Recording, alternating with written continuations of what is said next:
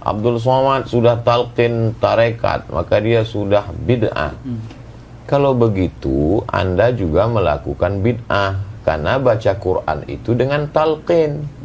Laqana yulaqqinu, mulaqqin, si syekh, kita mulaqqan. Seperti apa ini Buya sebenarnya? Jadi pengikutnya anti sufi, tetapi kita lihat Imam Ibnu Taimiyah dan muridnya Ibnu Qayyim itu bahkan punya karya-karya tentang kesufian, tentang ihsan. Silakan Buya. Baik, bismillah. Ini karena ngomong Ibnu Taimiyah saya harus ta'awuz dulu ya. Biar nggak ngomongnya campur dengan emosi. Baik. Syekh Ibnu Taimiyah tidak perlu meragukan terhadap keabsahan ilmu tasawuf, dan tersebarnya Islam di negara kita adalah karena jerih payah para ulama sufi. Para ulama sufi lah yang menyebarkan Islam di wilayah Nusantara ini, sehingga kita, mayoritas bangsa kita, mungkin 90% bangsa kita muslim, itu semua atas jasa-jasa para ulama sufi. Assalamualaikum warahmatullahi wabarakatuh. Tanah ini adalah tanah wakaf, luasnya lebih kurang 1 hektar, berada di Palas, Kota Pekanbaru, Riau. Di atas tanah ini akan dibangun asrama. Inilah yang nanti akan berperan untuk tempat belajar santri kita. Kami amat sangat mohon kepada Allah Subhanahu wa taala, semoga dimudahkan, dan mari kita support pembangunan ini. Ini akan menjadi amal jariah kita sampai mati menghadap Allah Subhanahu wa taala.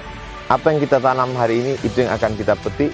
Apa yang kita wakafkan hari ini, itulah yang akan mengalir ke makam kita, ke kubur kita. Ma'akal tafa'afnaita, yang kau makan busuk, wa malabista fa'ablaita, yang kau pakai lapuk, wa mata sadaqta fa'amdaita, yang kau sedekahkan, itulah yang akan menolong, itulah yang akan menjadi amal jariah. Berkah selalu jamaah semuanya. Terima kasih. Assalamualaikum warahmatullahi wabarakatuh. Assalamualaikum warahmatullahi wabarakatuh. Waalaikumsalam warahmatullahi wabarakatuh. Bismillahirrahmanirrahim. Alhamdulillahi rabbil alamin, hamdal hamidin, hamdal mustaghfirin, hamdan yuwafi ni'amahu wa yukafi'u mazidahu. Ya Rabbana lakal hamdu kulluhu wa lakas syukru kulluhu, kama yanbaghi li jalali wajhikal karimi wa azimi sultanik. Asyhadu an la ilaha illallah wahdahu la syarikalah, wa ashhadu anna Muhammadan abduhu wa rasuluhu, la nabiyya wa la rasula ba'dahu. Fallahumma salli wa sallim wa barik ala sayyidina Muhammadin wa ala alihi wa sahbihi ajmain. Kaum muslimin, kaum muslimat, hadirin hadirat yang dimuliakan oleh Allah Subhanahu wa taala, pada pagi menjelang siang ini Allah mentakdirkan kita dengan takdir terbaik, berkumpul dengan para ulama di dalam majelis ilmu, yang mana pada hari ini begitu spesial. Bersama kita telah hadir Al-Ustadz Tuan Guru Profesor Dr. Haji Abdul Somad LCMA, dan juga telah hadir bersama kita Al-Ustadz Tuan Guru kita Buya Dr. Ar-Razi Hashim LCMA, yang mana saya yakin mereka berdua ini tidak saling mencari, tidak saling ingin bertemu barangkali, tetapi takdir Allah begitu indah, Allah pertemukan mereka berdua. Dan juga insya Allah nanti pada beberapa saat lagi Kiai Haji Idrus Romli juga akan hadir bersama kita. Alhamdulillah, bertemunya para ulama kita ini dan kita duduk bersama mereka menyejukkan hati kita. Mudah-mudahan apa yang kita lakukan pada pagi menjelang siang ini insya Allah menjadi pemberat timbangan kebaikan kita di akhirat kelak. Amin ya rabbal alamin. Hadirin hadirat, para asatiz yang dimuliakan oleh Allah Subhanahu wa taala, tema kita pada pagi ini menarik, yaitu membincangkan salah satu dari pilar agama kita, di mana pilar agama kita terdiri dari 3 hal. Yang pertama iman, yang kedua Islam, dan yang ketiga ihsan. Jadi pada kesempatan yang berbahagia ini kita akan bertanya, membahas beberapa hal penting kepada ketiga ulama kita yang insya Allah hadir bersama kita pada pagi ini, insya Allah. Dan insya Allah dalam beberapa detik lagi Kiai Idrus Ramli akan datang. Kita sambut beliau terlebih dahulu. Insya Allah. Baik. Ahlan wa sahlan Kiai.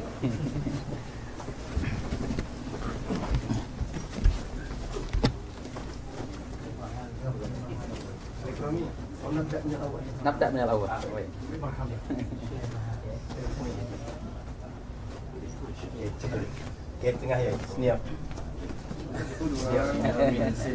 Baiklah hadirin hadirat yang dimuliakan oleh Allah Subhanahu wa taala, para asatiz yang hadir di majelis pada hari ini.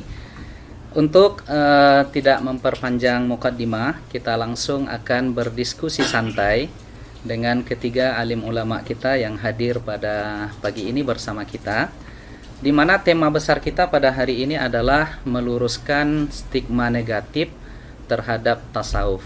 Ada beberapa pertanyaan yang akan kita bagikan kepada para alim ulama kita pada pagi ini. Yang pertama barangkali akan kami tanyakan terlebih dahulu kepada Saya belakangan. Saya akhir-akhir. mungkin kepada Kiai. Tapi kalau dilihat dari senioritas nih, Kiai Idrus sepertinya yang paling senior, Kiai. Jadi kami ajukan pertanyaan terlebih dahulu kepada Kiai Idrus.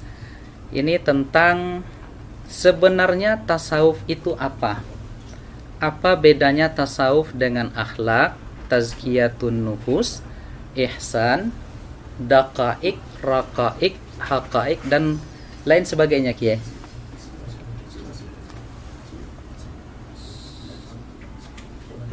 Ya, Assalamualaikum warahmatullahi wabarakatuh. Waalaikumsalam warahmatullahi wabarakatuh. Tasawuf itu nama satu disiplin ilmu. Dibilang akhlak ya memang akhlak, dibilang ihsan ya ihsan, kemudian dibilang raqaik juga raqaik, ya terserah. Cuma yang populer memang tasawuf, dan orang-orangnya disebut sufi. Karenanya tidak ada orang disebut akhlaki, nggak ada. Yang ada ya memang sufi. Dan akhlak itu diantaranya ya bagian daripada ajaran tasawuf. Saya kira begitu. Baik. Berarti bahasa atau narasi akhlak, tazkiyatun nafs, ihsan, tasawuf itu sama, Kiai ya? Sama. Substansinya sama. Ya, substansinya memang sama. Karena para ulama kita ketika mendefinisikan tasawuf ya ilmu untuk mengetahui ahwal tazkiyatun nafs. Baik. Kemudian ketika membicarakan tasawuf, dasarnya hadis tentang ihsan. Kemudian yang dibahas di dalam ilmu tasawuf juga akhlak-akhlak. Jadi itu artinya ya intinya sama antara tasawuf, akhlak, ihsan. Cuma kalau tasawuf ini lebih khusus daripada akhlak. Karena kalau akhlak, kalau istilah akhlak, semua firqah, semua tawaif di dalam Islam menerima. Hatta orang-orang yang anti tasawuf itu menerima pada akhlak. Tetapi kalau tasawuf ini hanya kelompok tertentu yang menerima, artinya jumhur. Orang-orang yang anti tasawuf itu tidak menerima pada tasawuf. Kalau pada akhlak mereka menerima. Baik. Jadi tasawuf ini khususiyah bagi kita. Khususnya ahlu sunnah. Ya, khususnya ahlu sunnah Wal jamaah. Jadi nggak ada tasawuf di Syiah ya? Ya, tidak ada. Tidak ada tasawuf di Syiah. Walaupun mungkin mereka menghubung-hubungkan atau mengaku-ngaku ada tasawuf, ya hanya menghubung-hubungkan, mengaku-ngaku. Karena asas tasawuf itu tazkiyatun nafas. Termasuk tazkiyatun nafas itu kan menyucikan hati dari prasangka yang tidak baik. Syiah itu prasangkanya kan tidak baik pada sahabat, pada siapa. Jadi memang tidak ada tazkiyah. Baik. Sahih. Terima kasih Pak Kiai Haji Idrus Ramli atas jawabannya yang begitu luar biasa. Kemudian kita ingin mengelaborasi sedikit ya, menambah lagi Ini kami tujukan kepada Al-Ustadz Profesor Ustadz Abdul Somad. Apakah bertasawuf itu mesti bertariqah, atau apa hubungan tarikat dengan tasawuf itu, Ustaz? Silahkan, tafadhol, Ustaz. Bismillahirrahmanirrahim. Assalamualaikum warahmatullahi wabarakatuh. Guru kita Al-Mukarram Kiai Haji Muhammad Idrus Ramli, Buya Dr. Ar-Razi Hashim. Terima kasih moderator kita Al-Mukarram Ustadz Dr. Zul Ikrami. Bersama kita juga ada Imam Besar Masjid An-Nur Pekanbaru Riau, Al-Mukarram Ustadz Dr. Zul Hendri Rais, dan para asatis yang tak dapat disebutkan satu persatu. Ada mutiara di dalam lautan. Mutiara itu berada di dalam kerang, terang benderang. Tidak mungkin bisa mengambil mutiara itu kalau tidak naik sampan. Sampannya itu adalah syariat. Lalu kemudian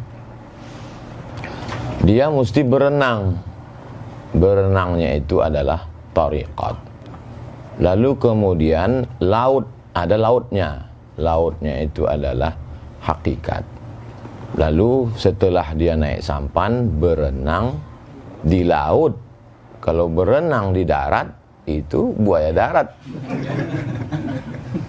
Masuk dia ke laut itu, tenggelam dia, basah dia, nampaknya mutiara itu didapatkannya. Maka itulah dia ma'rifat. Tentu dengan proses yang panjang. Ketika Al-Ghazali Abu Hamid ditanya, apa itu ma'rifat? Kata Imam Al-Ghazali, nurun yaqdhifullahu fi qalbi abdih. Cahaya yang ditembakkan Allah, dipancarkan ke dalam hati seorang hamba. Buah daripada riyadhahnya, buah daripada melawan hawa nafsunya yang zahir dan yang batin. Itulah dia. Lalu kemudian apapun nama kapalnya, ada kapalnya kebetulan dinakhodai oleh Syah Al-Imam Bahauddin Naqsyabandi, maka kapal itu namanya kapal Naqsyabandiyah. Kebetulan nakhodanya namanya Al-Imam Abul Hasan Asy-Syadzili, nama kapalnya Syadziliyah. Kebetulan nama nakhodanya Al-Imam Abdullah Asy-Syattari, nama kapal itu Syattariyah. Nama nakhodanya Muhammad bin Abdul Karim Samman, nama kapalnya Sammaniyah. Semua kapal-kapal ini berada di lautan La ilaha illallah Muhammadur Rasulullah. Maka insya Allah akan sampai. Jadi yang tidak sampai, yang tidak melewati jalan, atau dia bersikut-sikutan di jalan itu, maka itu yang tidak sampai. Makanya ketika para masyayikh itu bertemu, maka mereka bertemu karena memang diawali dari, kalau kata Al-Imam Syekhul Islam Zakaria Al-Ansari, kata dia ini adalah ilmun, suatu ilmu yu'rafu bihi, dengan ilmu ini bisa diketahui ahwali tazkiyatin nafs. Setelah tazkiyatin nafs, tasfiyatil akhlaq. Setelah itu ta'miriz zahir wal batin. Puncaknya adalah linailis sa'adatil abadiyah. Jadi kalau ada orang mengatakan saya tidak bertarekat, langsung saja kita tanya nama dia. Nama kau siapa? Nama saya, kebetulan dia orang Melayu, Atan misalnya. Berarti dia sudah membuat namanya tarekat Ataniyah. Dia membuat jalan sendiri. Kalau saya tak sanggup, saya membuat jalan. Maka dalam akidah saya ikuti jalan Al-Imam Abul Hasan Al-Asy'ari. Dalam masalah fiqih saya ikuti jalan Al-Imam Muhammad bin Idris Asy-Syafi'i. Dalam masalah tasfiyatil qalb, saya ikuti jalan Al-Imam Bahauddin An-Naqsyabandi. Lebih selamat. Wallahu a'lam. Terima kasih Prof. Abdul Somad atas analogi yang luar biasa tentang tariqah, hakikah, dan ma'rifat tadi. Sekarang kita kepada Abuya Dr. Ar-Razi Hashim, masih turunan tentang pertanyaan tadi. Jadi jika begitu Buya, jadi tariqah itu sesungguhnya apa? Lalu yang kedua, di dalam tariqah itu ada istilah yang kita dengar, yang jamak kita ketahui, yaitu istilah suluk. Nah, kemudian selanjutnya kita juga mendengar ada bai'at terhadap torikoh tertentu. Nah, ini bagaimana sesungguhnya, Bu ya? Dipersilakan. Izin Pak Kiai. Ya. Izin Syekh Musa. Ya, betul. Ada kata suluk ya, ada bai'at, Ada bai'at, torikoh. ada torikoh. Tadi sudah sangat gamblang disebutkan torikoh itu jalan. Jadi kalau bahasa saya sederhana, mau jadi dokter tapi nggak kuliah, bisa nggak? Nggak bisa. Nggak bisa. Nggak bisa. Mau usul kepada Allah tapi tidak bertorikoh. Nah, dalam torikoh itu seperti tadi Syekh Abdul Somad mengatakan ada renangnya, ada cara berlayarnya. Cara itu disebut metodologi. Metodologi itu kemudian diturunkan dalam bentuk suluk. Kemarin masih ingat kita waktu duha kemarin baca kitab Tartibus Suluk. Suluk. Suluk dalam kitab itu bukan suluk dalam pengertian awam. Pengertian awam suluk itu i'tikaf 10 hari, 40 hari. Enggak, semua thariqah punya metodologi tazkiyatun nafs atau tasfiyatul ahwal atau ma'rifatullah. Metodologinya itu kemudian diturunkan dalam sebutan suluk. Maka suluk artinya menempuh jalan. Menempuh jalan. Man salaka tariqan. Tariqan. Jadi pasangannya pasti tariqan. Nah, di situ ada yaltamisu bihi ilman. Nah, ilmu ini macam-macam. Ada ilmu billah, ada ilmu bi ghairillah. Kita bagi dua aja. Nah, tariqah itu suluk ila tariqillah. Suluk jalan, menempuh jalan kepada Allah Subhanahu wa taala. Supaya ada komitmen. Misalnya kita kuliah masuk dosen tertentu, ada kontrak belajar nggak? Ya. Ada. Kontrak belajar itulah bai'at. Baik. Jadi kontrak belajar itu bai'at. Ya. Di saat kita kuliah di satu tempat atau sekolah nyantri, kita pesantren, bisa nggak masuk pesantren 2 pesantren sekaligus? Tidak. Nggak sanggup ya? Nggak sanggup. Nggak bisa. Nggak bisa. Bener. Mungkin. Bagaimana, Bu ya? Makanya bai'at itu kalau lagi salik cukup 1 bai'at. Satu. Tapi kalau antum sudah mursyid boleh banyak bai'at. Baik. Ya, jadi bai'at itu secara harfiah artinya ngambil sumpah setia mau jadi murid seorang syekh. Bai'at ini tidak akan bermanfaat kalau tidak ada mahabbah kepada syekh itu. Zikir yang 40 kali jadi ramah rasanya. Tapi kalau sudah mahabbah, maka zikir 70.000 pun terasa sebentar. Itu yang dimaksud oleh Sidi Abdul Hasan Asy-Syadzili, syaikhuka man la yut'ibuka. Gurumu, ya, syaikhuka man la yut'ibuka. Gurumu yang jika mengajarmu, menyuruh kamu berwirid, tidak membuat kamu terbebani. Jadi kalau kita disuruh wirid 100 kali pagi sore pun dah terbebani, itu bukan mursyid kita, berarti enggak jodoh. Bukan berarti makom dia bukan sampai makom mursyid. Kitanya enggak mahabbah sama orang itu. Maka untuk suluk supaya tidak keluar-keluar, tidak balik-balik, perlu ada bai'ah. Namun dalam pemahaman saya sekarang, bai'at itu kan hakikatnya kepada Nabi, khulafa, ya, kemudian terakhir nanti Imam Mahdi. Maka sekarang itu bai'at thariqat itu intinya sebenarnya adalah at-talqin. Ngambil talqin, ngambil kurikulum zikir. Jadi bukan bai'at dalam pengertian bai'at sia-sia, ya, bukan bai'at pemerintahan. Maka boleh dibatalkan, boleh. Antum kalau mau ganti guru silakan. Boleh saya tuh, Bu ya. Boleh nggak ganti sekolah? Pindah sekolah boleh? Pindah sekolah boleh ya. Boleh pindah kampus? Boleh. Sama, pindah guru itu sama kayak pindah kampus. Terakhir, kurikulumnya sama. Misalnya Syekh Abdul Somad Naqsyabandi. Syekh terus apa nih? Oke. Thariqat ta'addudiyah. Syadziliyah ya. Oke. Di thariqah ini Khasah.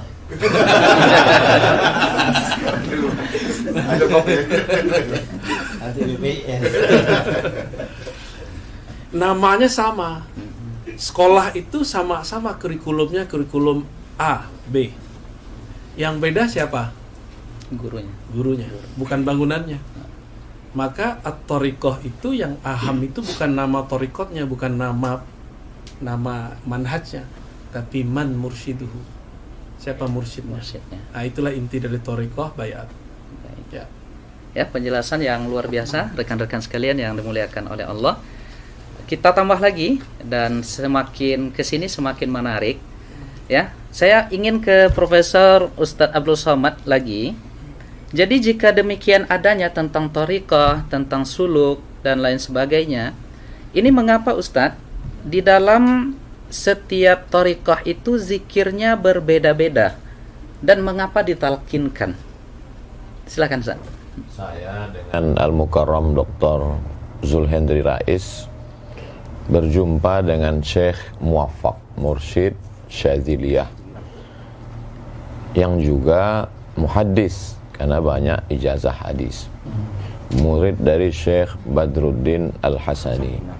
Syekh, kenapa amalan zikir ini, tarekat ini berbeda? Ini kok berbeda? Kata beliau, seorang mursyid syekh mengambil dari sunnah, dari hadis. Makanya kalau dilihat aurat, zikir-zikir mereka itu, kalau dicari nanti di dalam kutubus sunan, tetap ketemu. Yang sebagiannya ilham. Tentu zikir kan ada ma'surat, ada ghairu ma'sur. Lalu kemudian, mana yang menurut dia paling mudah untuk muridnya, atau setelah istigharah dia, atau ilham yang dia peroleh, itulah yang dia susun, dia ajarkan kepada murid-muridnya. Jadi dalam hal ini saya mengutip saja, menukil. Karena saya tidak alim dalam bidang itu, lebih aslam, lebih selamat mengutip. Jadi wirid dalam tarikat ini begini, dalam tarikat ini begini. Ini dalam hal bacaan, dalam hal jumlah dan selainnya. Adapun tentang jalan zikir, dalam hal ini dari pertanyaan-pertanyaan saya ada beberapa perbedaan. Saya tanya kepada Syekh ini tentang jalan zikir. Yang saya maksud jalan zikir itu jalan dia di dalam badan ini waktu berzikir itu. Kata Syekh ini, zikirnya dari Nabi, jalannya itu dari Syekh, dia dapat ilham. Kata Syekh yang satu. Kata Syekh yang satu, enggak, zikirnya dengan jalannya sekalian dari Nabi Sallallahu Alaihi Wasallam. Saya tidak. Yang penting kita biasanya dengan mursyid ini kal mayyit baina man yaghsiluhu, seperti mayat yang dimandikan. Maka tidak terlalu penting tentang itu, karena dia beramal tujuannya adalah dengan ridha itu dia sampai kepada ridha Allah. Jangan beramal untuk meminta sesuatu, tapi beramallah untuk mencari ridha Allah. Karena kalau kau beramal mencari ridha Allah, Allah akan berikan kepada engkau segala sesuatu. Nah, itu yang membuat mereka tidak terlalu mempermasalahkan itu. Saya pun mungkin ketika menanyakan itu mungkin sudah su'ul adab dengan Syekh. Ini apakah zikirnya dengan jalannya, atau zikirnya dari Nabi, jalannya dari Syekh? Apa tadi pertanyaan kedua? Saking banyaknya pertanyaan. Kemudian kenapa ditalkinkan? Kenapa mesti ditalkinkan? Kalau ada orang mempermasalahkan, Abdul Somad sudah talqin tarekat, maka dia sudah bid'ah. Kalau begitu, Anda juga melakukan bid'ah, karena baca Quran itu dengan talqin. Laqana yulaqqinu, mulaqqin si syekh, kita mulaqqan. Laqinu mautakum, talqinkanlah orang yang mau mati la ilaha illallah. Guru mentalqinkan la ilaha illallah, kata mulut dia. Jalannya begini, kata dia. Maka talqin itu metode pendidikan dalam Islam. Bagaimana kita tahu membaca alif lam mim? Itu kan dari talqin. Kalau dari PDF, alama, alam nasrah dengan alif lam mim sama tulisannya. Syekh Muhammad Mutawalli Sya'rawi pertama tahfiz Quran kan gitu, di komplainnya gurunya. Itu tunjukkannya. Ini alif lam mim. Kenapa di sini bacanya alam? Kenapa di sini alif lam mim? Itu tahu lewat talqin. Belajar hadis pun melalui talqin. Jadi kalau ada orang mempermasalahkan talqin dalam zikir, maka bermasalahlah semua ilmu kita ini. Jadi talaqi, musyafahah itu adalah nama lain dari talqin. Hadis, akidah, kita ini rata-rata kita bertalqin ke guru kita. Maka siapa yang tak bertalqin, berarti dia dapat dari mana? Dari buku. Tahammul wal ada, level yang paling rendah adalah wijadah. Wijadah ketemu di mana? Ketemu di buku, walaupun itu diakui, tapi dia tetap mesti bersambung. Dalam hal zikir, dia tidak sekedar ilmu, tapi di sana ada mauhibah, di sana ada barokah, di sana ada faid, limpahan dari tuan-tuan guru. Itulah yang kita harapkan. Maka dengan duduk ini mudah-mudahan kita semua mendapatkan limpahan faidul barakah dari Kiai Idrus Ramli, dari Buya Ar-Razi Hashim. Tapi yang paling banyak mengharapkan ini pasti barokah dari Kiai Idrus Ramli. Termasuk Buya Ar-Razi pun ingin mendapatkan. Wallahu a'lam. Terima kasih Prof. Abdul Somad ya yang sudah menjelaskan dengan begitu gamblang ya tentang sebegitu indahnya. Jadi apa yang disampaikan oleh Ustaz Abdul Somad dengan Buya Ar-Razi Hashim dengan Kiai Idrus Ramli tadi, sesungguhnya apa yang kita tanyakan dengan seluruh jawaban mereka tadi menampakkan keindahan pilar ketiga di dalam ajaran agama kita itu, yaitu tentang ihsan. Nah, kalau begitu Kiai, saya ingin ke Kiai Idrus Ramli lagi. Mengapa ada stigma miring terhadap tasawuf, atau banyak yang menyesatkan tasawuf ini Kiai, dan bahkan dengan tegas mereka katakan sufi itu zindik, kemudian sufi ini adalah orang-orang yang tidak terikat dengan Al-Quran dan Sunnah, dan mereka adalah ahlul bid'ah. Ini mengapa ada stigma dan kesan seperti itu Kiai? Silahkan Kiai. Ya, terima kasih ya. Stigma sebagian orang bahwa tasawuf itu sesat, zindik, itu kebanyakan karena mereka tidak tahu. Jadi kata Imam Ghazali dalam kitab Yahya, sering beliau sampaikan, an-nasu a'da'u ma jahilu. Manusia biasanya memusuhi apa yang mereka tidak tahu. Coba mereka tahu, tidak akan begitu. Seperti misalnya juga, seperti sebagian orang-orang ya, orang-orang yang tidak suka tasawuf, bilang bahwa ajaran-ajaran tasawuf itu bertentangan dengan Al-Quran dan Sunnah. Padahal orang sufi itu paling rajin baca Quran. Paling rajin baca. Syaratnya sufi harus rajin baca Quran, rajin zikir, rajin sholat. Itu kan dari Al-Quran Sunnah semua. Kemudian juga masalah bertentangan dengan Sunnah. Dan ilmu tasawuf seperti disampaikan oleh Imam Junaid Al-Baghdadi. Ahlus Sunnah ini imam mazhabnya dalam tasawuf Junaid bin Muhammad Al-Baghdadi. Imam Junaid Al-Baghdadi mengatakan ilmuna hadza muqayyadun bil kitab was sunnah. Ilmu kita ini diukur, dipagari, dibatasi, diatur dengan Al-Quran dan Sunnah. Bahkan ya kata beli artinya apa? Seorang ulama sufi, seorang mursyid itu harus ahli tafsir, harus ahli hadis. Kalau tidak ahli tafsir, tidak ahli hadis, maka gak bisa menjadi teladan dalam ilmu tasawuf. Itu kata Imam Al-Junaid Al-Baghdadi.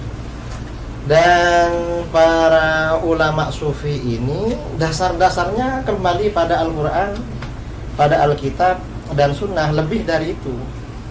Karenanya kalau kita membaca biografi para ulama sufi atau biografi para ulama ahli hadis lah, ada kitab biografi ahli hadis seperti kitab Tazkiratul Huffaz karangan Imam Az-Zahabi.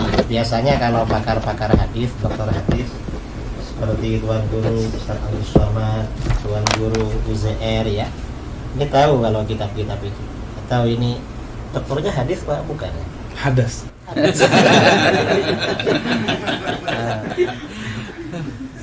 Akidah. Dokternya di akidah. Ya Bu ya? Ya? Di akidah. Saya kira ahli hadis. Ya. Hadisnya di Darussunnah ya. Bukan Hadrat Akbar. Dia mau Jumat.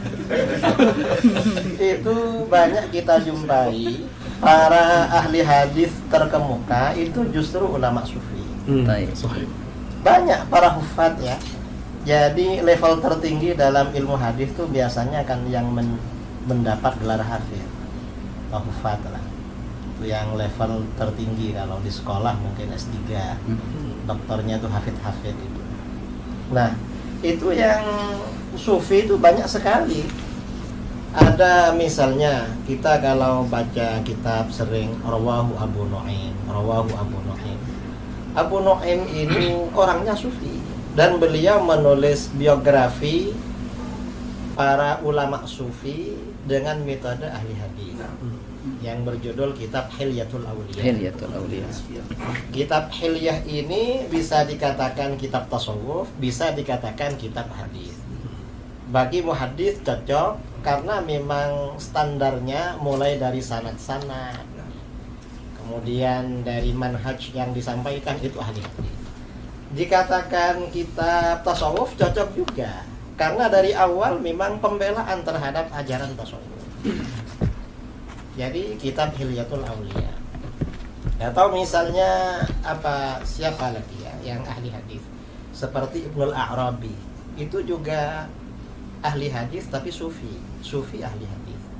Dan masih banyak yang muhaddis yang sufi, yang perawi kitab Sahih Muslim. Sahih Muslim ini sanadnya sampai kepada kita itu melalui ruwat yang sufi.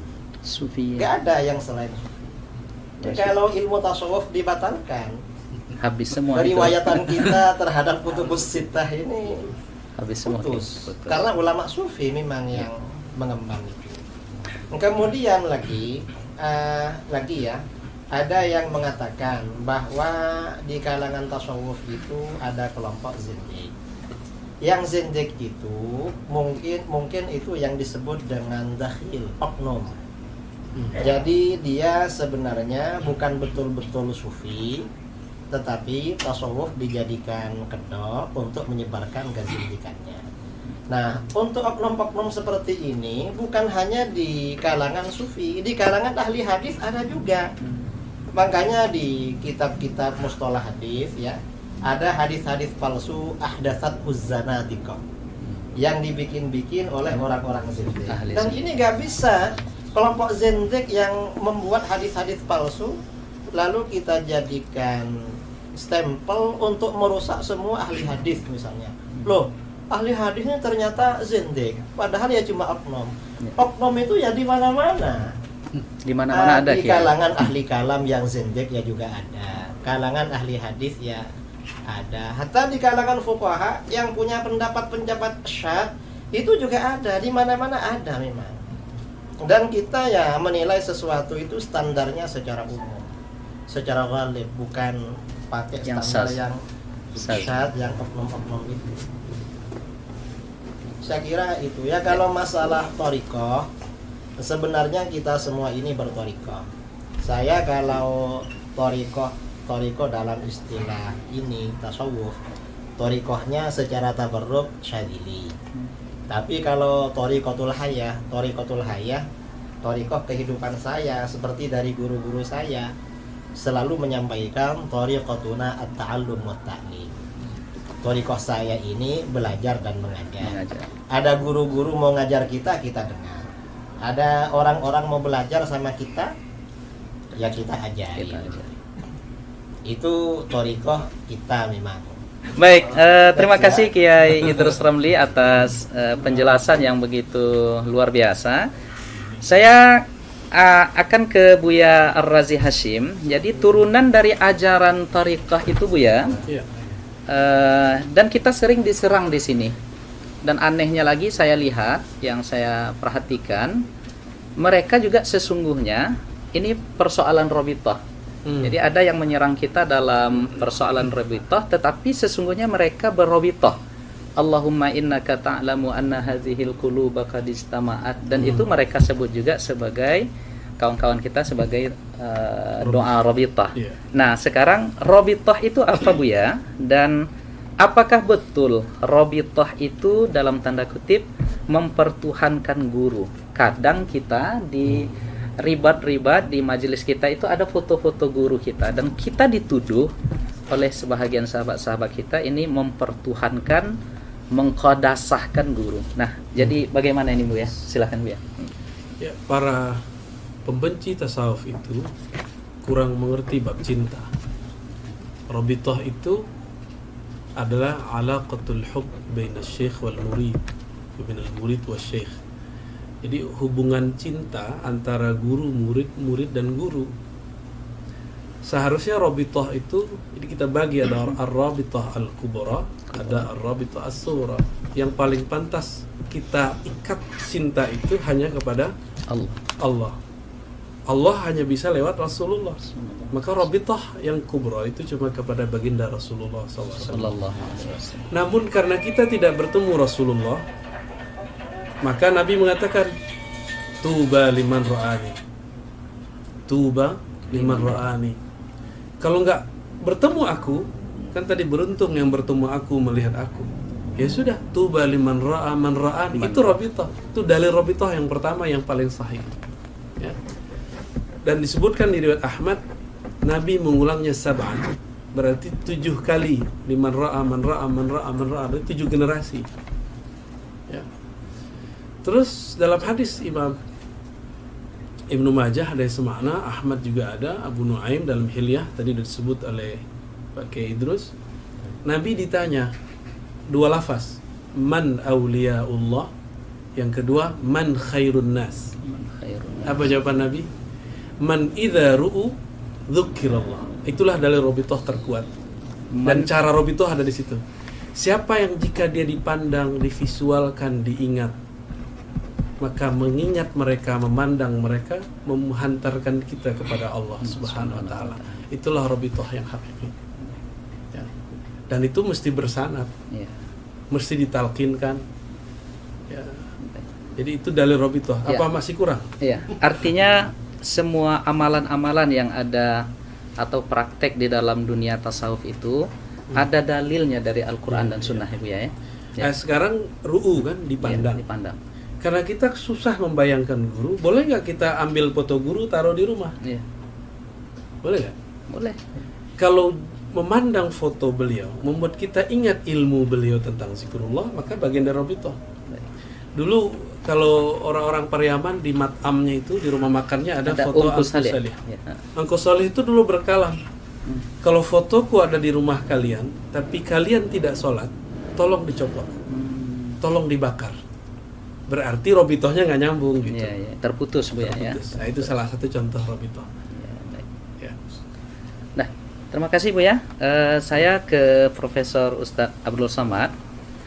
Jadi Ustadz, di dalam pengamalan tasawuf itu ada di antara teknik zikir itu yang mereka berdiri Ustadz. Mereka berdiri, dan ini saya pernah menyaksikan beberapa kali, terutama di Sudan ada tariqah samaniyah yang mereka berzikir la ilaha illallah itu berdiri dan berkeliling. Nah, jadi ini seperti apa sebenarnya Ustaz? Karena ini kita yang mengamalkan ini juga diserang, dituduh dan bahkan dibid'ahkan juga. Silakan Ustaz. A'udzubillahi minasyaitonirrajim. Alladzina yadhkurunallaha qiyaman. Mengingat Allah berdiri. Wa qu'udan. Kemudian duduk, wa ala junubihim, kemudian berbaring. Karena memang posisi manusia, siapapun dia, dimanapun dia, tak keluar dari 3 itu. Berdiri, duduk, dan berbaring. Semuanya yadhkurullah. Mereka mengingat Allah Subhanahu wa ta'ala. Mulutnya menyebut, hatinya mengingat, dan akal serta seluruh tubuhnya mengagungkan yang disebut itu, Allah Subhanahu wa ta'ala. Jadi ada juga orang mulutnya menyebut, tapi perbuatannya seperti tidak mengagungkan Allah Subhanahu wa ta'ala. Adapun ketika dia bergoyang tubuhnya, maka ada, kalau kita menikmati sesuatu, ada ekspresi. Kalau kita ini diberikan minuman, andai ada minumannya, maka minumannya sama, ekspresinya berbeda. Misalnya Ustadz Zul Hendri ekspresinya matanya misal Ustadz Abdul Somad misalnya Masya Allah. Kiai Idrus tentu dia punya khas karena Buya Ar-Razi itu ekspresi itu tidak dibuat-buat.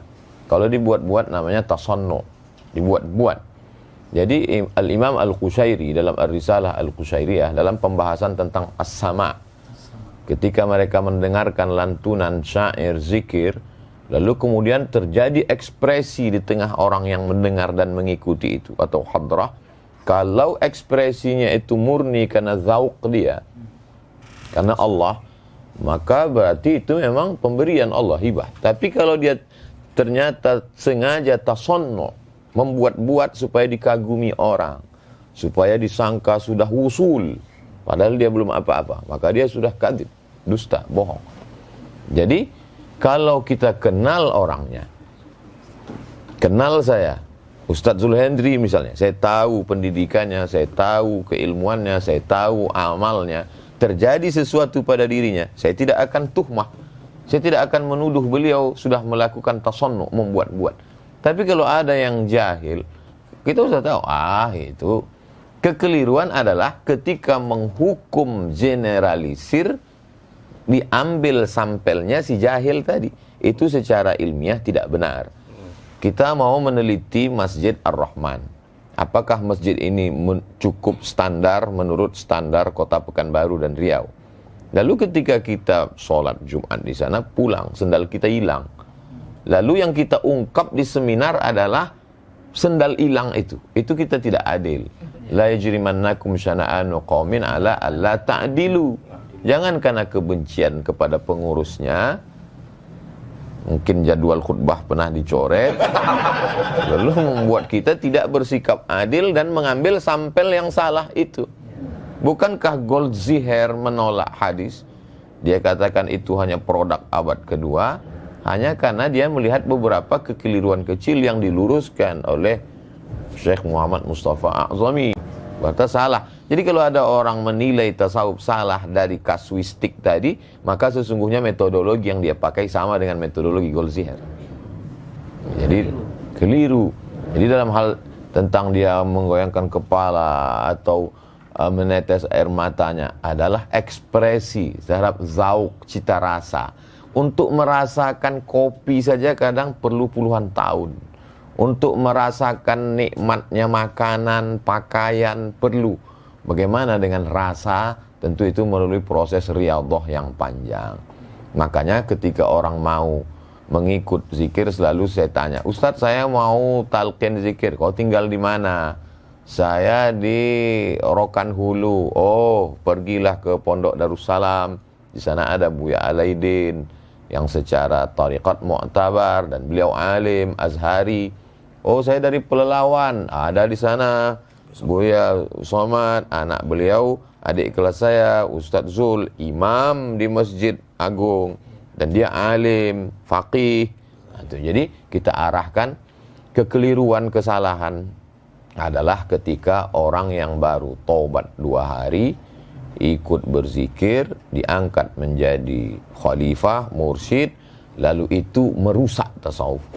Karena maka kalau banyak orang bertasawuf, bahkan dosen tasawuf, tapi tidak bertasawuf. Sama seperti di Mesir dulu zaman kami ada namanya Dr. Ala. Dr. Ala itu komentator bola, S3 bola, tapi tak pernah main bola.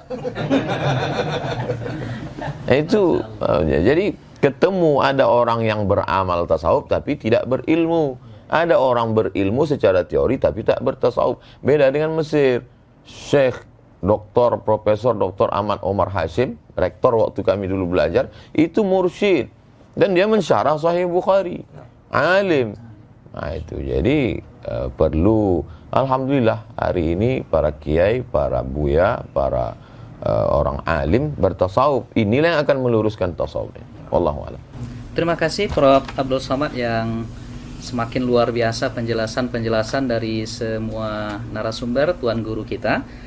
Jadi saya tertarik kembali menanyakan ini langsung ke Buya Ar-Razi Hashim. Apa yang disampaikan oleh Ustadz Abdul Somad tadi, kenyataannya di tengah masyarakat kita lihat Buya, ada yang bergabung ke thariqah, masuk ke majelis tawajuh itu setelah itu dia ingin kebal peluru, kebal senjata tajam, yatiru fis sama wa yamshi 'alal ma. Terbang di atas awan, berjalan di atas air. Nah, jadi apa bedanya karena kita sering dituduh ini terus nih Bu ya. Bahwa orang yang gabung itu tuh pengen dapat ini. Nah, jadi apa sesungguhnya beda tasawuf itu dengan kebatinan? Iya. Al-Imam Abu Hamid Al-Ghazali pun nulis kitab tentang Fadaih Al-Batiniyah. Fadaih Al-Batiniyah. Batiniyah ini cabang dari Syiah Ismailiyah yang terputus, yang kemudian berkembang lama di Mesir juga ya. Dan justru mereka lah yang bikin Al-Azhar tempat antum kuliah itu. Kemudian oleh Salahuddin Al-Ayyubi, murid Syekh Abdul Qadir Al-Jilani, itu di tajdid, direvisinya. Apakah tasawuf itu membuat orang sakti? Itu kali pertanyaannya. Enggak. Tasawuf itu mendekat kepada yang maha sakti.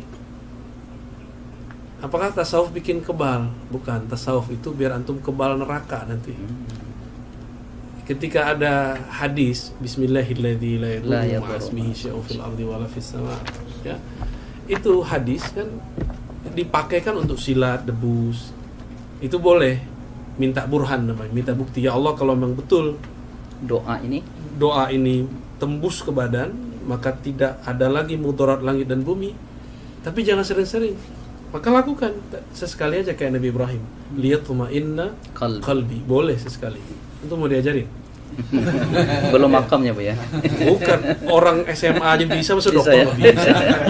Ya, berarti kurang yakin kalau mana SMA yang ini. Belum berani. Ini kurang berani, kurang syuja'ah. Itu biar kayak Idrus nanti. Jadi at-tasawuf itu at-taqarrub ilallah, yang maha sakti, mendekatkan diri kepada yang maha sakti, bukan menjadi sakti. Karena iblis itu sakti, tapi nggak dekat kepada Allah. Ini nggak ada urusan kita mau yatiru alal hawa. Kalau itu hawa, burung setiap hari terbang. Apakah dia sakti? Apakah dia jadi sufi? Tidak juga ya. Ya, yang jalan di atas air emang ada. Itu kungfu aja, kungfu hustle. Ya. Jadi beda antara tasawuf dengan kebatinan. Beda. Baik. Nah, lalu saya ingin ke Kiai Idrus. Dari itu Kiai, kita juga sering dituduh dan dikatakan bahwa tasawuf dan orang-orang tariqah itu, atau mungkin tasawuf itu berasal dari ajaran Syiah. Dan ini ya beredar di media sosial, di ceramah-ceramah beberapa ustadz. Nah, ini bagaimana nih Kiai, silakan. Memang ada kelompok-kelompok yang sering menuduh kita seperti tasawuf katanya dari Syiah, lalu maulid juga awalnya dari Syiah. Ya itu ya hanya tuduhan saja. Dan Syiah juga suka mengklaim. Syiah juga mengklaim bahwa semua disiplin keilmuan dalam Islam yang mengawali dulu Syiah. Usul fikih katanya pertama kali dari Imam Ja'far Shadiq. Terus tafsir ya juga begitu. Semuanya dari Syiah. Nggak ada sama sekali selain Syiah. Padahal dalam sejarah peradaban Islam, Syiah itu selalu tertinggal dari mazhab-mazhab yang ada di dalam Sunni, misalnya mazhabul arba'ah. Contoh ya, kita kembali pada tafsir Al-Quran. Setelah mazhabul arba'ah, Hanafi, Maliki, Syafi'i, Hambali, masing-masing punya disiplin kitab Ahkamul Quran. Beberapa ratus tahun kemudian Syiah baru ngarang. Lambat peradabannya, tapi ya Syiah mengklaim. Dan ini kelompok yang nggak suka dengan kita, anti Syiah sebenarnya. Kadang percaya sama Syiah. Anti Syiah, tetapi berita dari Syiah mereka terima gitu. Mereka terima.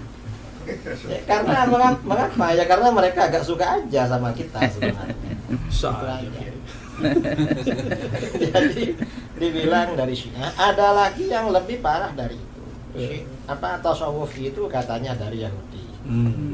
Ada yang bilang tasawuf itu katanya dari Hindu, dari mana.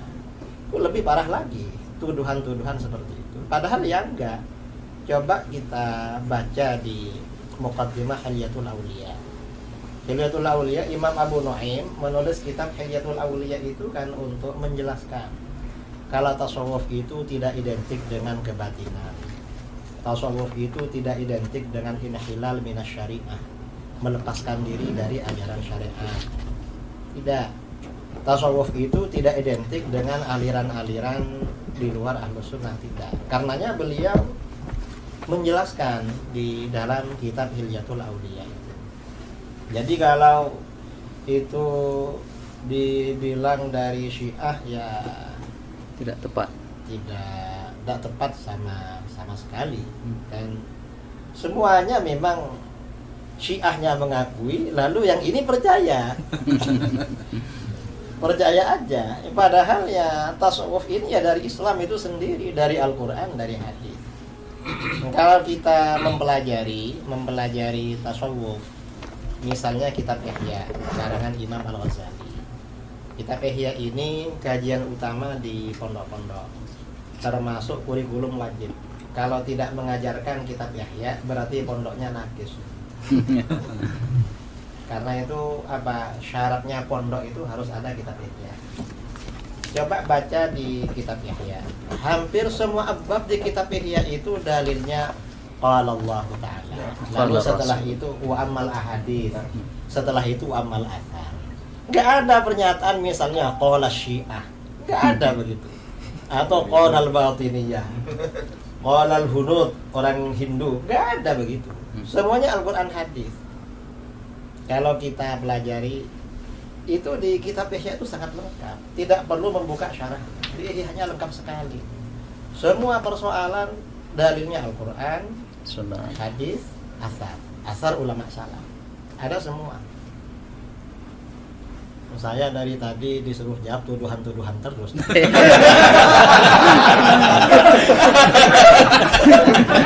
Moderator ya.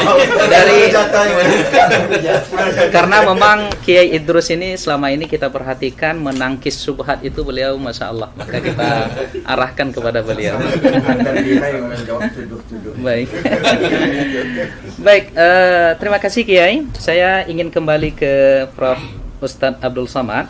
Sebagaimana yang diuraikan di awal oleh Kiai Idrus Ramli tadi, tariqatuna hazihi muqayyadatun bil kitabi was sunnah. Jadi tidak ada di dalam pengamalan tasawuf, di dalam kehidupan orang-orang sufi itu yang inhilal minas syariah, yang melenceng dari aturan syariah. Nah, sekarang kita dituduh Ustadz, ya. Katanya seorang sufi apabila telah yakin sampai makrifat, ya, itu bahasa mereka, itu diperbolehkan meninggalkan kewajiban-kewajiban syariat. Apa benar begitu, Ustaz? Mohon pencerahan. Ada seorang wali Allah, dia punya murid-murid. Murid itu pun diambil dari bahasa tasawuf. Arada yuridu, murid, orang yang punya keinginan yang kuat. Begitulah kuatnya pengaruh tasawuf di Indonesia. Sampai yang tidak ikut tasawuf pun disebut juga murid. Jadi bagi yang tidak suka tasawuf itu susah sekali. Nanti di sekolahnya tidak boleh pakai murid. Bid'ah. Nah, itu. Lalu kemudian murid-murid ini dia bawa ke majelis yang dikatakan wali tadi. Dia sedang berada di dalam masjid, sedang berzikir. Begitu mereka sampai, tiba-tiba yang dikatakan wali di dalam masjid tadi meludah di dalam masjid. Ya busuku, meludah. Langsung dia membawa murid-muridnya pulang. Ayo kita pulang, ini bukan wali Allah, tapi wali syaitan. Kenapa? Karena mukhalafat, meludah dalam masjid itu bertentangan dengan sunnah. Itu disebutkan Imam Al-Qushairi yang kita baca Ramadan tahun lalu. Jadi betapa mereka berpegang kepada sunnah. Kemudian ada satu kitab yang ditahqiq oleh Syekh Abdul Halim Mahmud. Beliau dianggap sebagai sufi modern, menjabat Syekhul Azhar, dapat gelar doktor dari Sorbonne, Prancis. Dosen pembimbingnya Louis Massignon, Louis Massignon tulisannya. Dalam kitab itu dia bercerita tentang ungkapan-ungkapan mereka. Idza ra'aitar rajul, kalau kau lihat ada orang yatiru fil hawa, terbang di atas awan. yamshi 'alal ma', berjalan di atas air. La taghtar, jangan tertipu. Tapi pandanglah bagaimana istiqomahnya dia dengan syariah. Lalu kemudian kalau engkau masuk ke dalam hutan, sampai di dalam hutan itu tiba-tiba burung-burung yang di atas pokok kayu itu mengucapkan salam. Assalamu alayka ya Abdus Samad. Maka pandanglah hatimu. Kalau dalam hatimu ada rasa bangga, oh akulah wali Allah, berarti kau sedang tertipu, maghrur. Tapi lihatlah, kalau dalam hatimu ada rasa khasyah, khauf, takut kepada Allah, berarti itu memang datang. Jadi fenomenanya boleh sama, tapi efeknya terhadap diri. Jadi dia lebih banyak melihat dirinya, lebih banyak melihat ke dalam. Tuba liman syaghalahu aibuhu an uyubin nas. Lalu kemudian bagaimana seseorang itu berpegang kepada ikatannya. Ikatannya itu adalah Al-Quran dan Sunnah. Kenapa mereka itu sanad terjaga sampai hari ini? Karena mereka mengikat dirinya dengan Quran, Sunnah, dan orang yang mengamalkan Quran dan Sunnah itu. Orang-orang tasawuf ta'zimnya ke guru luar biasa. Saya perhatikan mereka sebelum majelis. Kalau kita kan baca Fatihah li jami'il mu'minin wal mu'minat muslimin wal muslimat al ahya'i minhum wal amwat min masyariqil ardi ila magharibiha. Selesai satu Fatihah. Kalau kita tengok mursyid-mursyid itu, untuk syekh ini satu Fatihah, untuk syekh ini. Maka mereka ingat nama silsilah itu. Kenapa mereka mudah mengingat sanad itu? Karena dikiriminya Fatihah satu-satu. Karena dia ingat susunannya, urutannya. Dan mereka itulah yang menjaga sanad itu.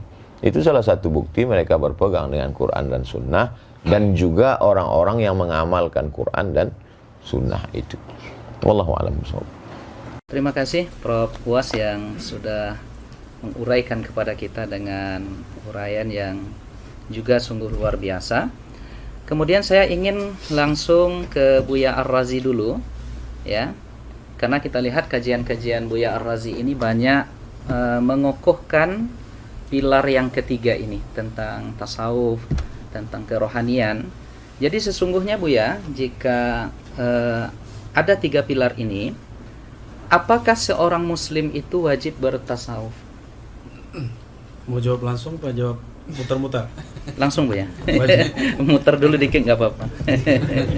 Kalau al-Islam melahirkan ilmu fikih. Fikih ini kemudian melahirkan banyak mazhab yang kemudian Allah seleksi jadi 4. Tanpa bermazhab, tanpa berfikih, kita tidak tahu sholat kita sah atau batal. Lalu Imam Ghazali ditanya apa perbedaannya antara fikih dengan tasawuf. Kalau fikih ma'rifatus sihhah, mengetahui yang sahih ataupun yang batil, sedangkan tasawuf ma'rifatul qabul warrad. Jadi terima tidak diterima itu para sufi sudah ada indikatornya, bisa dicek dan itu jelas ilmiah. Mengetahui sholat saya diterima oleh Allah atau tidak. Jadi kalau ahli fikih bilang hanya Allah yang tahu sholat terima, berarti dia belum belajar tasawuf. Kalau dia sudah belajar kitab Ihya Ulumuddin yang tadi disebut Kiai Idrus, itu mereka akan mengerti bahwa sholat saya pasti diterima nih, atau tidak diterima. Namun diterima pun dia tetap istighfar. Kenapa? Sebagus-bagus sholat kita tidak akan pernah sama dengan sholat Nabi. Sallu kama ra'aitumuni usalli. Maka Nabi kasih kalam yang indah. Itu tashilan lana wa rukhsatan lana. Kama ra'aitumuni. Nabi enggak mengatakan sallu kama usolli. Itu kan gawat kalau begitu. Bisa-bisa enggak sholat kita. Tapi kama ra'aitumuni, sebagaimana engkau memandang, melihat. Mandang Nabi enggak? Tidak, langsung. Maka kita mandang orang yang punya sanad kepada Nabi. Bersanad kepada Nabi secara zahir, itulah mazhab fiqih. Lalu Nabi mengajarkan, kalau engkau sholat, bacalah wajjahtu. Itulah qalbu. Ketika takbir, kecilkan dirimu. Itulah ajaran ruhani Nabi. Maka kalau kita sholat, cuma belajar rukun 13, tapi tidak belajar rukun khusyuk, antum sampai mati juga gak khusyuk. Kusut aja ya. Jadi bagi saya, belajar tasawuf itu wajib. Karena itu pilar Islam, iman, ihsan. Ihsan itu wajib gak? Iya, wajib. cara untuk ihsan tuh tasawuf. Cara tasawuf tuh tarekat. Ma la yutimmu bihil wajib illa bihi fahuwa wajib. Ya. Baik. Terima kasih Buya. Ada 2 atau sekitar 3 pertanyaan lagi ya dalam 5 menit ke depan. Saya ingin ke Prof. Uwas dulu. Jadi ada serangan lagi untuk karena ini sifatnya pertanyaan, tidak lagi tuduhan-tuduhan. Karena ini tidak tuduhan-tuduhan lagi, tidak syubhat lagi. 2 pertanyaan terakhir ini, Prof. Jadi seperti apa sesungguhnya ya tasawuf itu dalam pengamalan salafus saleh? Ada nggak di masa salaf itu ya salafus saleh yang bertasawuf? Karena katanya ini tidak sesuai dengan manhaj salaf dan lain sebagainya. Mohon penjelasan dari Uwas. Khairul qurun qarni, sebaik-baik abad adalah abadku. Tsummal ladzina yalunahum. Kemudian 1 abad sesudah itu. Tsummal ladzina yalunahum. Kemudian 1 abad sudah itu. 3 abad inilah yang disebut dengan salaf. Jadi kalau ada orang mengaku guru kami dari kalangan salaf, ada di masjid, kata dia. Jadi kita pun terkejut-kejut. Kok bisa guru kau tuh hidup sampai sekarang? Jadi tentang Imam Ahmad bin Hanbal. Imam Ahmad bin Hanbal itu salaf karena meninggalnya tahun 241.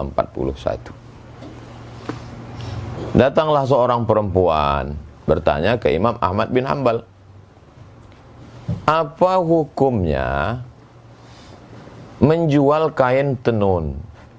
Kain ini ditenun malam, ketika itu lewat tentara, bawa lampu, bawa terang, pas lagi terang itu dia nenun, pas tentara lewat gelap, pas lewat lagi terang tenun. Apa hukum menjual kain ini? Terus Imam Ahmad bin Hanbal nanya, Imam Ahmad tidak langsung jawab, dia tanya, kamu siapa? Saya adiknya Bishri Al-Hafi. Bishri Al-Hafi sufi. Itulah dalil bahwa salaf itu bertasawuf. Karena Bishri Al-Hafi sufi. Kata Imam Ahmad bin Hanbal, inilah warak yang tinggi karena orang hanya menjaga dari yang haram. Kalau sekedar lampu, apalah bahayanya. Tapi dia takut itu menjadi hijab antara dia dengan Allah Subhanahu wa taala. Lalu kemudian imam paling tua di antara 4 mazhab, Imam Abu Hanifah, Imam Hanafi, pernah berdiri tegak kena panas. Lalu kemudian ditanya, Imam Hanafi kenapa tidak berlindung di bawah pohon kayu itu? Kata Imam Hanafi, orang yang punya pokok kayu itu minjam duit ke saya. Saya takut kalau saya berdiri di bawah pokok kayu itu, kullu qardin jarra naf'an fahuwa riba. Jadi sampai sehalus itu warak mereka, zuhud mereka. Jadi itulah yang dikumpulkan oleh para ulama, diantaranya dalam Al-Luma' At-Tusi, kemudian dalam Ar-Risalah Al-Qushairiyah, dalam kitab-kitab tasawuf. Kemudian barulah mengkristal susunan yang paling indah kalau dalam mustalah hadis Muqaddimah Ibnu Salah, Ramah Hurmuzi sebelum itu, baru cantiknya itu pada Ihya Ulumuddin Imam Abu Hamid Al-Ghazali 505. Jadi kalau orang mengatakan mana salaf itu bertasawuf, ya kumpulkanlah. Nah, ini juga bagi penggemar tasawuf, dia dapat bahan banyak dari dialog kita hari ini.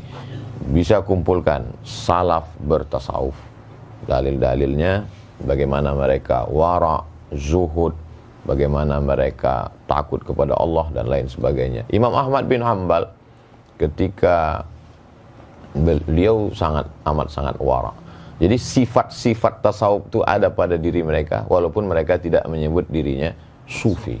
Kebalikan dari yang sekarang, mengaku sufi tapi sesungguhnya sifat tasawuf jauh. Mudah-mudahan kita termasuk orang-orang yang mengamalkan sifat-sifat tasawuf itu dan kita dijaga Allah SWT. Saya kira demikian. Allah. Baik, terima kasih Prof. Uwas. Ya, berbeda ada kalam beliau tadi. Berbeda dengan hari ini, banyak orang yang mengaku sufi tetapi amalnya jauh dari kesufian itu. Cuma ada yang Ustadz Mawardi dulu mendefinisikan sufi ini, Ustadz, mungkin yang Ustadz sebut tadi adalah sufi yang suka piti. Ada lagi Ustadz Mawardi dulu juga suka film katanya. Nah, jadi yang orang-orang yang Ustadz sebut tadi mungkin sufi yang ke arah situ barangkali. Dakhil. Baik. Terakhir kami arahkan pertanyaannya sebelum nanti closing statement dari Kiai Idrus. Ya, ini ke Buya Ar-Razi Hashim. Saya tertarik menanyakan ini, Buya, bahwa kawan-kawan kita, asatis-asatis yang mungkin berbeda cara pandangnya dengan kita, itu menilai tasawuf dengan penilaian yang negatif. Padahal hasil sependek pembacaan kami, itu imam mereka, yaitu Imam Syekh Ibnu Taimiyah, itu bahkan di dalam Al-Bidayah dikatakan, saya melihat di sini, at-tabarruk bisyurbi ma'i ghuslih. Jadi bahkan Imam Ibnu Katsir mencatat ketika beliau meninggal, itu air pemandiannya itu diminum oleh murid-muridnya. Nah, bahkan hudurun nisa war rijal, dan bahkan Imam Ibnu Taimiyah ini dikuburkan di Damaskus itu di makbarah sufi ya. Nah, ini seperti apa ini, Buya, sebenarnya? Jadi pengikutnya anti sufi, tetapi kita lihat Imam Ibnu Taimiyah dan muridnya Ibnu Qayyim itu bahkan punya karya-karya tentang kesufian, tentang ihsan. Silakan, Buya. Bismillah. Ini karena ngomong Ibnu Taimiyah saya harus ta'awuz dulu ya. Biar nggak ngomongnya campur dengan emosi. Baik. Syekh Ibnu Taimiyah awalnya adalah asyadun nas ya, i'tidaan ala as-sufi wa sufiyah. Adalah orang yang paling keras menyerang tasawuf, tapi niat dia baik. Dia punya definisi tasawuf itu sendiri. Bagi dia sufi itu seperti yang dikatakan Imam Junaid tadi, muqayyadun bil kitab wa sunnah. Tapi itu persepsi dia. Maka dia seranglah Al-Bakri, dia seranglah Ibn Arabi, hatta Ghazali nggak selamat dari dia. Hatta Al-Kushairi itu pun dihantam. Yang paling lucu yang dari kalangan Hanabilah yang menulis kitab Manazilus Sairin, Al-Imam Al-Harawi, yang gelarnya juga Syekhul Islam, itu juga dikritisi oleh dia. Jadi Ibnu Taimiyah ini memang jiwa-jiwanya kalau sama orang Asy'ariyah sekarang ya ini jiwa rudutnya tinggi ya. Sehingga kalamnya betul-betul sangat fasih. Kata Az-Zahabi, jika dia yarud ala syai' ka'anna kulla kitabin baina ainaihi. Seakan semua kitab yang dia serang itu sudah hafal semua. Cerdas, secara ibarah ya. Jadi dia cerdas secara memorize, bukan cerdas secara analyze. Ya. Ibn Taimiyah tahun 709 itu pernah berdialog dengan Al-Imam Arif Billah bin Athaillah Sikandari. Kita pernah bahas itu kemarin ya. Di situ terjadi dialog. Sebenarnya Ibn Athaillah sedang yunsih, ya, memberikan nasihat yang tulus kepadanya. Tapi dipahami oleh Zahabi Ibnu Katsir sebagai syadidan ala Syekhul Islam, orang yang keras kepada Syekhul Islam. Emang begitu. Jadi dari dulu antum kalau mau menjawab tuduhan salafi dianggap kita memfitnah. Kalau kita mengkritisi mereka itu dianggap apa? Nyebarin syubhat ya. Menjadi syubhat yang menyambar-nyambar. Syekh Ibn Taimiyah ini diabadikan sanad thariqatnya oleh Syekh Muhammad Hafiz At-Tijani dalam beberapa makalah sanad ya. Oh, jadi beliau ini punya sanad thariqah. Dan itu ke Sidi Abdul Qadir Jilani. Jarak beliau dengan Al-Imam bukan Tijani, Abdul Qadir Jilani. Abdul Jilani itu cuma 2 orang. Beliau berguru kepada, seingat saya namanya Abu Muhammad, kemudian dari Ibn Qudamah langsung daripada Syekh Abdul Qadir Jilani. Jadi Ibn Qudamah itu datang dengan Ibnul Jauzi ke Baghdad 40 hari sebelum wafat Syekh Abdul Qadir Jilani. Hari ke-40 dia wafat, suluk mereka selesai. 40 hari mereka 40 suluk. Maka Imam Ibnul Jauzi mengerti isi Ihya. Ibnu Qudamah pun kemudian menulis tentang abab Tazkiyatun Nufus dalam beberapa risalahnya ya. Ibn Taimiyah nyambung kepada Syekh Abdul Qadir Jilani. Maka dalam Majmu' Fatawa ada 2 jilid beliau menyebut Syekh Abdul Qadir dengan Sidi Syekh. Sidi Syekh. Terjemahannya apa? Tuan guru. Dan itu istilah tasawuf Ya, ya, Sidi Tuan Syekh. Syekh. Ya, Tuan Syekh Abdul Qadir Jilani dan Abuya. Buya. Sidi. Ada tambahan belakangnya. Qaddasallahu sirrah. sirrah. Dan yang paling ajib dalam Madarij Salikin yang satu jilid tebal itu, Ibnu Qayyim yang menulis memori dia dengan Ibnu Taimiyah dalam syarah-syarahnya. Begitu juga Al-Wabilus Shayyib, dia menyebut Ibnu Taimiyah dengan Qaddasallahu Sirrah. sirrah. Berarti dia sudah mentakdis gurunya sebagai seorang wali, karena Qaddasallahu sirrah itu cuma wali. Mursyidnya belum boleh. Iya. Kalau belum wali ya. Kalau antum wali murid. Jadi Ibnu Taimiyah fi awakhir umri kana yamil ila tasawuf bal yadfa anhu. Jadi beliau di akhir hayatnya memang sudah cenderung bertasawuf karena sudah tidak boleh lagi nulis, tidak boleh lagi berfatwa, dan beliau yakhtimul Quran fi shalah. Jadi khatam Qurannya dalam salat. Ba'da subuh zikir enggak berhenti-berhenti, dan itu cuma amalan sufi. Jadi akhir ayatnya beliau asli bertasawuf. Jadi intinya Ibnu Taimiyah tidak anti tasawuf, dia cuma ingin membersihkan tasawuf versi dia. Lalu mengapa murid-muridnya sampai hari ini pengikut metodologi beliau itu anti dan sangat keras itu Bu ya? Kira-kira apa itu latar belakangnya kira-kira? Li'annahum ma indahum isnad ya. Karena mereka enggak punya sanad. Kalau orang enggak punya sanad fikrah, sanad ijazah, sanad tarbiyah. Mereka enggak punya sanad tarbiyah. Sanad ijazahnya nggak punya kan? Sanad tarbiyah ini paling mahal. Mereka nggak punya sanad tarbiyah, sehingga tidak ada yang ngerekam thariqatnya Ibnu Taimiyah. Ketika dikabarkan oleh para masyayikh, Ibnu Qayyim nulis Madarijus Salikin, itu Muhammad Hisan itu mentahzir kitab Ar-Ruh. Jangan dibaca kitabnya. Al-Adawi meragukan karya Madarijus Salikin. Usah baca kitabnya. Jadi mereka sendiri kurang ajar sama imamnya.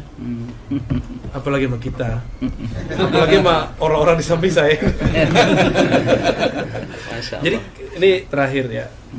Kita itu walaupun mau menjawab mereka, tapi niatnya memperkuat diri kita. Kita la nashtaghil bimasailihim bi ikhtilafihim. Kita enggak usah repot dengan mereka. Kita perkuat saja aswaja yang kita punya. Masalah mereka mau jidal ya sudah, biarin aja. Nanti kalau jidal kita serahkan kepada Syekh itu. Baik. Baik, terima kasih Buya Razi Hashim ya, dengan segala informasi berharga yang beliau sampaikan kepada kita tentang sisi lain dari Al-Imam atau Syekh Ibnu Taimiyah. Kita masih menyebutnya imam, kita masih menyebutnya Syekh. Sebagaimana disampaikan oleh Buya tadi, murid-murid beliau sudah menganggap beliau pula menjadi seorang wali dengan ungkapan Qaddasallahu sirrah. Artinya ujung-ujungnya kita yang ingin mencintai tasawuf ini adalah kebeningan kalbu. Maka kita tidak punya rasa benci kepada siapapun. Artinya ketika ada yang menuduh kita, tentu kita berhak untuk memberikan hak jawab. Itu aja barangkali ya Buya ya.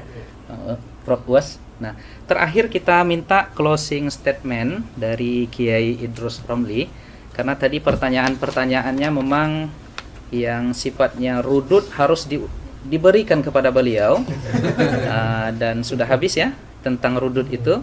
Maka untuk closing statement kita berikan dalam waktu barangkali 3 menit kepada Kiai Idrus Romli hafizahullah taala. Silakan Kiai. Hafizahullah, bukan Qaddasallahu sirrah. Hafizahullah taala. Alhamdulillah mirip Wahabi. Sengaja tadi disebut itu mau memancing Kiai. Apa komentarnya? Silakan Kiai, tafadhol. Terima kasih ya.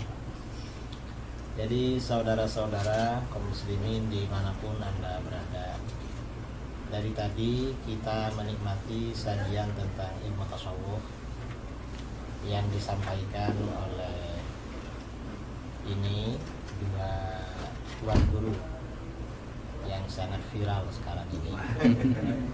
Setelah saya gitu.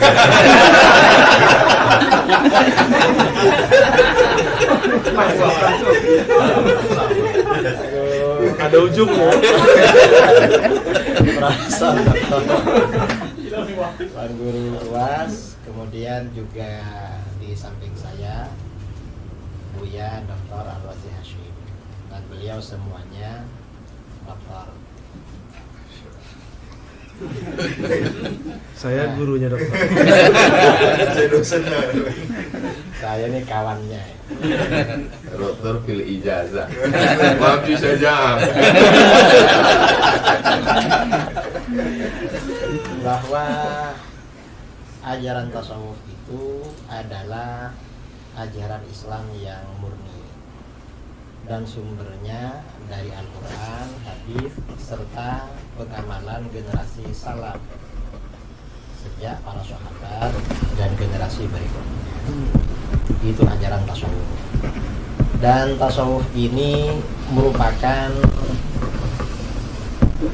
satu di antara 3 pilar dalam Islam yang tidak dapat terpisahkan. Kalau di dalam hadis yang terkenal dengan hadis Jibril, ada iman, ada Islam, ada ihsan. Iman ini kemudian di dalam agama kita ini diterangkan oleh para ulama dalam ilmu akidah, ilmu tauhid. Kemudian Islam, kemudian menjelma menjadi ilmu fikih. Dan ihsan menjelma menjadi ilmu tasawuf atau ilmu akhlak. Kalau tasawuf ini tidak ada, berarti terdapat kekurangan dalam diri seorang muslim, karena salah satu pilarnya tidak lengkap. Ini masalah tasawuf. Dan tasawuf ini bukan teori, tetapi lebih pada pengamalan. Karenanya para ulama ketika mendefinisikan tasawuf, definisinya beda-beda. Karena yang mereka definisikan itu sesuai dengan ahwal atau apa yang dicapai, yang dirasakan oleh masing-masing. Karena memang tasawuf itu lebih pada pengamalan daripada teori. Karena itu kaum muslimin ya dimanapun berada, ya tidak perlu meragukan terhadap keabsahan ilmu tasawuf. Dan tersebarnya Islam di negara kita adalah karena jerih payah para ulama sufi. Para ulama sufi lah yang menyebarkan Islam di wilayah Nusantara ini. Sehingga kita, mayoritas bangsa kita, mungkin 90% bangsa kita muslim, itu semua atas jasa-jasa para ulama sufi. Kita bersyukur kepada Allah Subhanahu wa taala, cinta kepada para ulama sufi. Kalau Al-Fakir sendiri, Al-Fakir ya bukan sufi. Bukan sufi dalam arti yang diterangkan dalam ilmu tasawuf. Kalau seperti kita ini ya mungkin muhibbin. Kita ini menjadi penggemar ya, menjadi penggemar pecinta kaum sufi, itu sudah bagus sekali.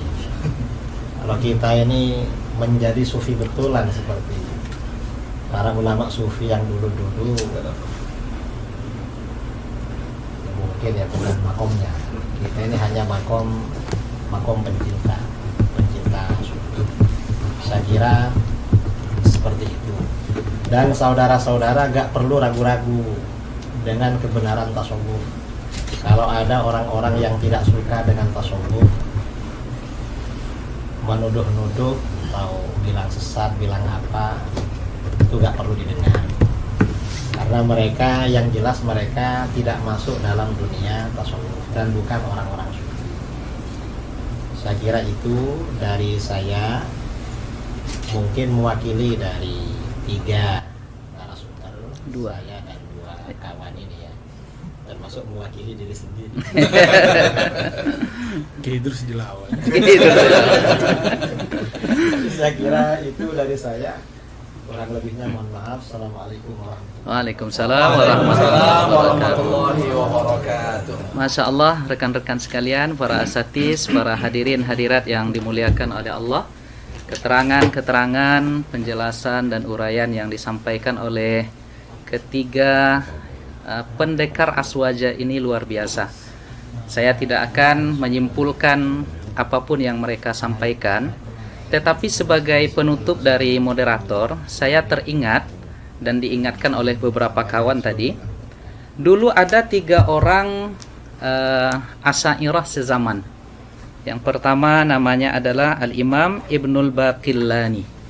Itu gelarnya digelari pada masa itu dengan Bahrun Mawriq, ya.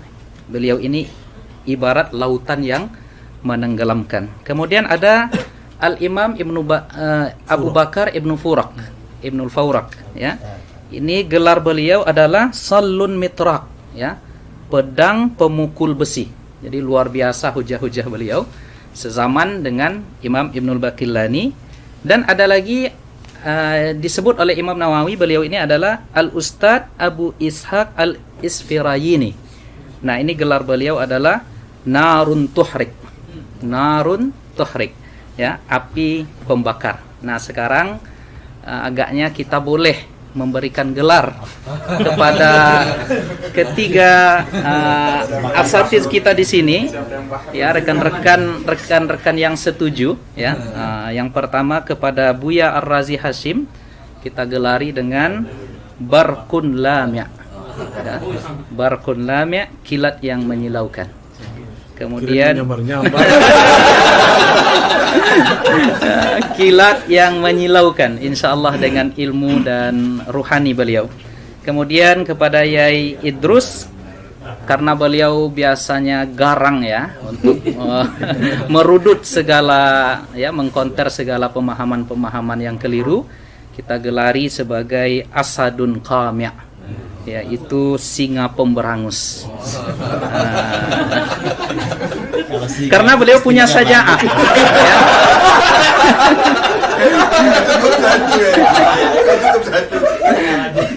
Karena beliau punya saja'ah, ya, terus punya saja'ah yang mungkin belum diamalkan oleh Prof Uwas dan Buya. Maka cocok kita sebut sebagai Asadun Qami'. Kemudian terakhir kepada Uwas kita berikan gelar Saifun Qati', pedang tajam. Luar biasa, ya, anekdot para alim ulama kita ini yang, ya, sesungguhnya bercanda tetapi ada hikmah-hikmah yang luar biasa dari jawaban-jawaban mereka.